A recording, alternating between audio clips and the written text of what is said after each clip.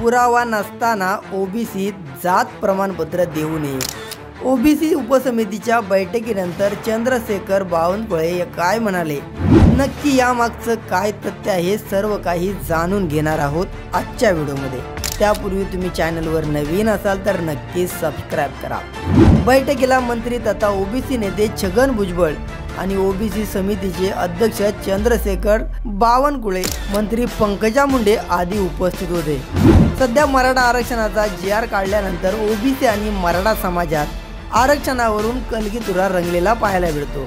मराठा समाजासाठी आरक्षणाबाबत जो जी.आर. काढण्यात आला आहे त्यामुळे ओबीसी आरक्षणावरती घाला येतोय। ओबीसींच्या वाट्याचं आरक्षण जातं असं ओबीसी समाजाच्या नेत्यांनी म्हटलेलं आहे।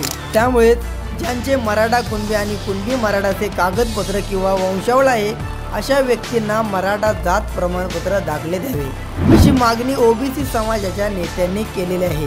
तर दुसरीकडे ओबीसी समाजाचे प्रश्न, समस्या तसंच ओबीसींचे जात प्रमाणपत्र याबाबत 10 सप्टेंबर मुंबईतील मंत्रालय येथे ओबीसी उपसमितीची बैठक पार पडली। या बैठकीला मंत्री तथा ओबीसी नेते छगन भुजबळ, ओबीसी उपसमितीचे अध्यक्ष चंद्रशेखर बावनकुळे, मंत्री पंकजा मुंडे आदी उपस्थित होते। या दरम्यान चुकीच्या पद्धतीने जात प्रमाणपत्र दाखले देऊ नये अशी सुद्धा मागणी करण्यात आली।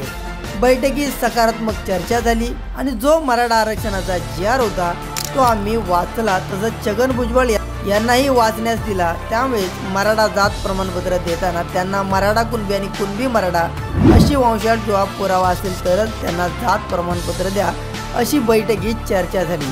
त्याचबरोबर मराठा आरक्षणाच्या जी.आर.मुळे ओबीसी आरक्षणावर कुठेही घाला येणार नाही आणि त्यांच्या न्याय हक्कावर कुठे गदा येणार नाही याबाबत ओबीसी उपसमितीच्या बैठकीत चर्चा झाली।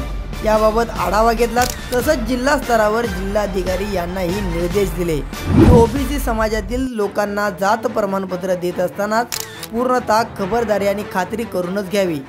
ज्यांचे वंशावळ किंवा पुरावे आहेत त्यांना जात ओबीसीचे प्रमाणपत्र द्यावे।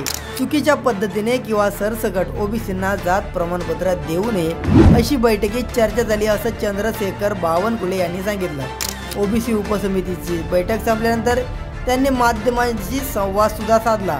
तर या सर्व घटनेवरती तुमची प्रतिक्रिया नक्की कमेंट करा।